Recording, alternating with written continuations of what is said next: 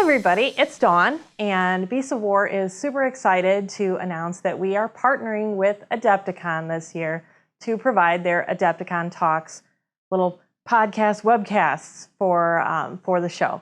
So follow along with us because you're going to now get to see just about weekly little video interviews with people from the show, get to hear about some of the different tournaments, different people that are going to be there, just the different offerings that AdeptiCon has to bring. If you have different things that you'd like to see or hear more about, make sure you take the time to comment on our videos, and we'll see what we can do to try to bring you a little more information about that. As always, Beasts of War will be live blogging from the convention. You'll be able to follow along with this at Beasts of War. And AdeptiCon will be featuring each of these little podcasts on the AdeptiCon website as well. So there's plenty of places for you to pay attention and get your AdeptiCon fix leading up to the convention. Follow along with us and keep your eyes posted.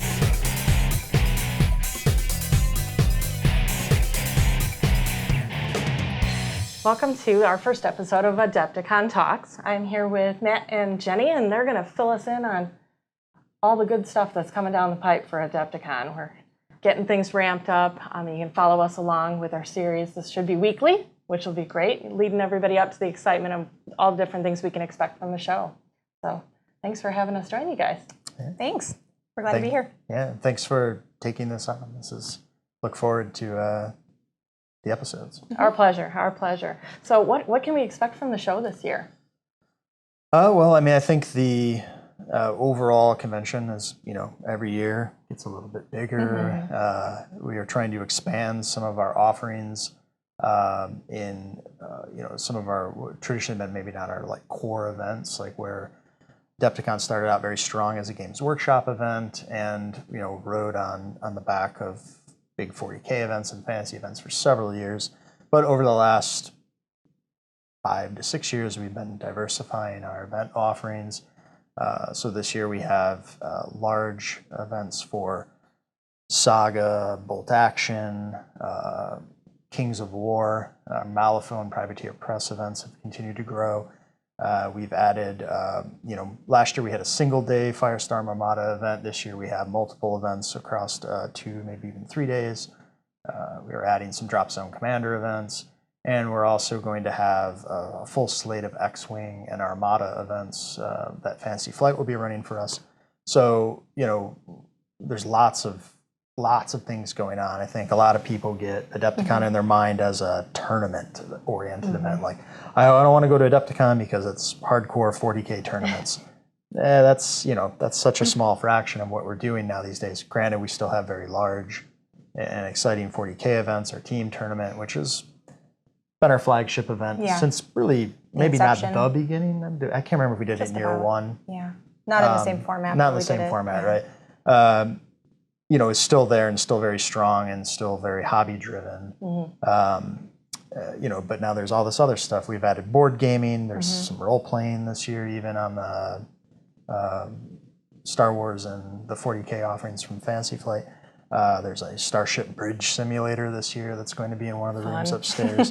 So, we're definitely expanding our reach and our offerings to make it, still extremely miniature focused and centric, but, just more of it. Well, and I think you hit the nail on the head with saying that it isn't just about tournaments. Because tournament play is a part of what you can do when you're here at AdeptiCon, but you really can come here and try all different kinds of things, which is super fun, because especially if you're the kind of gamer that only plays really one thing, that's your bread and butter, this gives you the opportunity to come in and go, wow, that's pretty neat, and rather than taking your blind risk on, I think I'd like to try to get into this game, and you get it, and it might not be what you really liked, but now you've got the perfect place and opportunity to come and try a whole bunch of things, and maybe you will stumble on something that you really like, and you're going to be like, yes, I want to go get that, but it's a great way to find out. Yeah. So good stuff. Lots of new and different things coming. The venue, last year was your first year at the new location, and I thought it was great.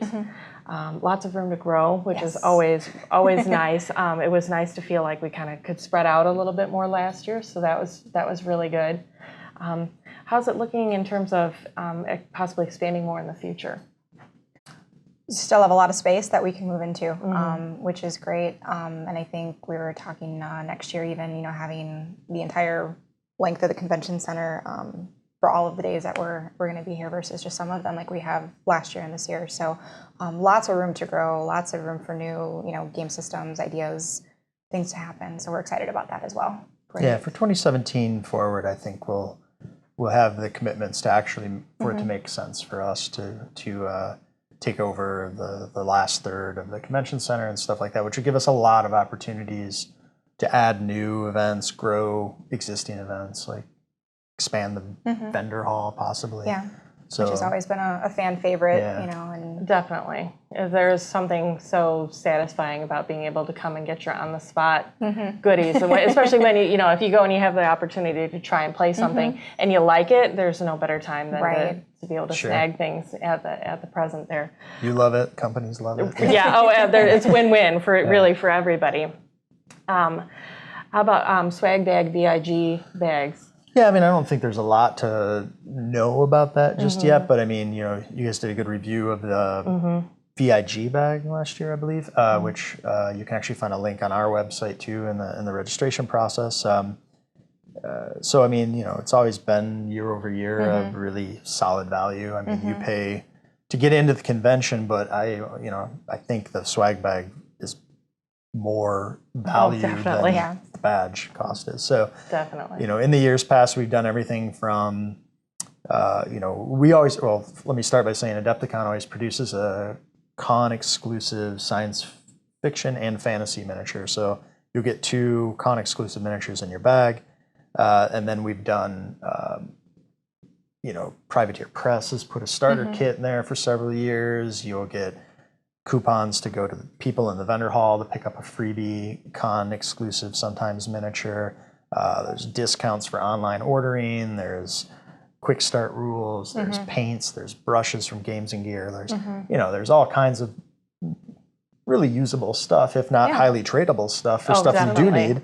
In the convention. So you see people wheeling, what starter kits you get? Oh, I got this one. Let's swap. And everybody gets something that's pretty usable by the end of the day out of those. So. And it's been a great opportunity for different vendors that we work with to participate by having something in there that gets their name out there. This is what we do. These are the things that we can provide to get people either interested or to show why their product is a really great one and to use it for their whatever game system they're playing. So. Right. Oh, I definitely agree. There's been plenty of instances that when you're sorting through things, you'll stumble on somebody that you might not have stopped by their area before, and you're like, wow, this is kind of nice. And then it makes you go seek it out. And then certainly word of mouth. You talk to other people, and they're like, oh my gosh, did you see this? No, I didn't see that. Oh, where are they at? And you kind of get them going from there, which is fantastic. Right.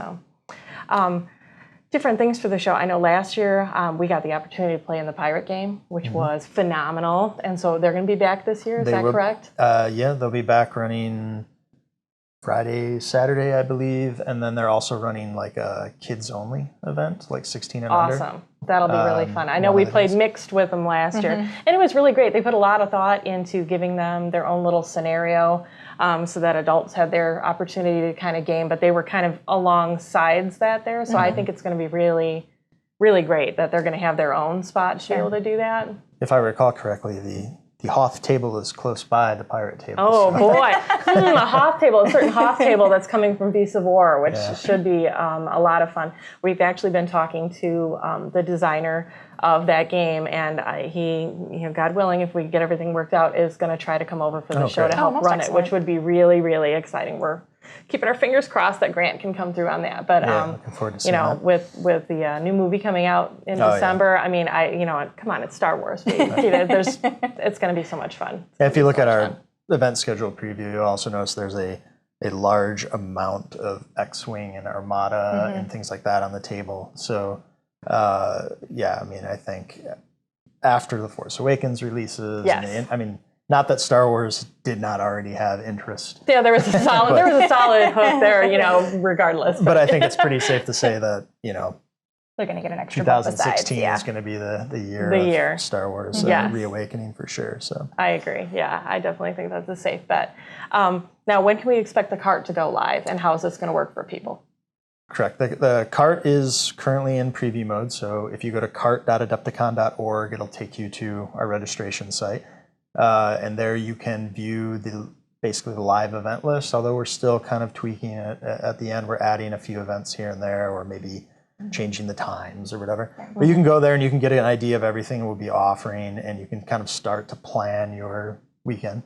And then actual public registration opens on Monday the 23rd at 8 p.m. Central Time. So we'll launch it then. There is some, like, if people are coming, say, Geek Nation Tours does a tour to Adepticon every year, there is like kind of an early bird registration period for them first. They kind of almost help us test drive the cart before we release it to the public. And then, the registration, I believe, is open like through end of April, early, something like that. So end of February. End of February. Yeah. So it'll be open through the end of February. So plenty of time. But that said, several of our events, either they have a limited amount of tickets or a lot of interest in them, so they will sell out relatively quickly. One thing that reminds me when I think about that, and we were talking about earlier about all the different things you can do at Adepticon, be remiss not to mention the hobby seminars. Yes. And those do typically sell out relatively quickly. You have people who come to the convention that just do hobby seminars. Right. They don't even game. And the hobby seminars have their own area set aside. It's kind of a communal party atmosphere to that group. They have a little painter lounge, and we brought in a lot of great talent this year, and the full slate all weekend long, all 4 days, 5 rooms of hobby seminars running nonstop, basically. So again, like you said, there's so many different angles for things that you can do at Adepticon. You can play games, you can participate in hobby, you can do a little bit of all of it, but it's fun to see the different groups of people and how they all participate in the convention in a different way. So, and I think it's fun to see all the different age groups. From the little ones up to the grown-ups. It's a great actually family event that way. But at the same time, also great for the single guy, girl, whatever that wants to come and just have a weekend away and enjoy it. There's really something for everybody. I can say, piggybacking onto the family atmosphere, from us hopping around from different conventions when you bring kids with to things, one of the really great things about Adepticon is having everything all kind of in one space. It's kind of scattered about, but it is within the space. So I feel pretty good having the kids run around like we know we're here and we're like check in at this time, but it's relatively controlled, so it is really, really good. So can you tell us what like the highlight events are going to be for the convention this year? Sure. Well, I think traditionally both the Warhammer 40K team tournament has I think been our flagship main focus event for a long time. Jenny's worked on that for 10 years. I don't know, a long time. As long as it's been running. I've pretty much done scorekeeping on that event every year. So we've looked at ways of making that event more exciting and dynamic over the years with theme and spirit and armies on parade. Now that we do basically after the event wraps up, we take people build these insane display bases, and we want to be able to showcase all the hard work that people put in. So we kind of set those up on Saturday evening. Usually Saturday evening. In between the event, which is a 2-day event. So people can come by and take a look at it, and we'll bring some of the hobby seminars over, instructors over. They'll kind of vote on their favorites, and we award a special award for that. So I mean that's pretty much our big flagship event on that side. But in addition to that, this year we're also running national events for bolt action. Great. The SAGA Grand Melee is back this year, which was a blast last year to see. And the Clash of Kings for Kings of War event will be happening Friday and Saturday, I believe. We're running a 2-day Infinity Grand Tournament. We got the Malifaux Masters event. And of course, the big X-Wing tournaments that we'll have. We're going to have several X-Wing tournaments, side events, and a main tournament that can accommodate 256 players. So that'll be potential to be a huge event for us. That is huge, yeah. And we're running our first DBA tournament this year, which kind of is kind of exciting to see. And then, you know, we outside the big events, we have just a ton of small things. We're offering everything from, you know, board gaming to, you know, some of the specialist games. Like we have some Necromunda, we have some, my favorite, Warhammer Quest. We have 2 days of Epic running. We have games like Check Your Six, Jagdpanzer, Dragon Rampart. You know, all those types of games are going to be represented up in the basically historical event room, and those just kind of switch all day long. So really got to go. The event card, I think, has over 320 events in it currently, so it's hard to cover everything. But, you really just kind of have to take a deep breath and kind of, you know, kind of go in there and take a look at, you know, because you might be looking for something in particular, but you don't want to miss some of the cool things in there that you might not have thought of either. You will have to make choices. Yes. Yeah. So for everybody to know, where is AdeptiCon's site and how do you go about registering for the event? Sure. Our main site is adepticon.org, and there's links there that'll take you to our registration site. We partner with another group to actually handle our registration process, but our registration site is just cart.adepticon.org. That'll take you there. And currently on that site, you can see the event list. You can see a breakdown of the different badge types that are available. We do offer day badges. Yes. And a special board gaming badge, which is a reduced cost badge. It just gives you access to board games and any of the Fantasy Flight events. So there's sort of a reduced cost path for people who are coming just for that stuff. And then there's also a list of demo events that will be occurring all throughout the weekend, mainly in the vendor hall, or then we have some space set up outside one of the ballrooms where people come in and run demos all day. And that, I think that's 30 some odd events just there alone. And then there's also things up there like, of course, our refund policy, our privacy policy, all the basic stuff you would need to sort of understand what's involved in registering with us. And then it's all manageable. Once you register events with Adepticon, you can come in, you can change your schedule at any point in time. We offer refunds up to the end of the year. So you can come in and trade events in and out if things open up. There are waitlist features. So if a hobby seminar does sell out, you'll be able to get on the waitlist. You'll be notified when slots open up. That's a really nice piece. And you can always get in contact with us by emailing us at info@adepticon.org. And we can handle any special requests or anything like that at that address. Very good, very good. Well, we cannot wait. It's definitely going to be so much fun. You're going to follow along with us on the Adepticon Talk series.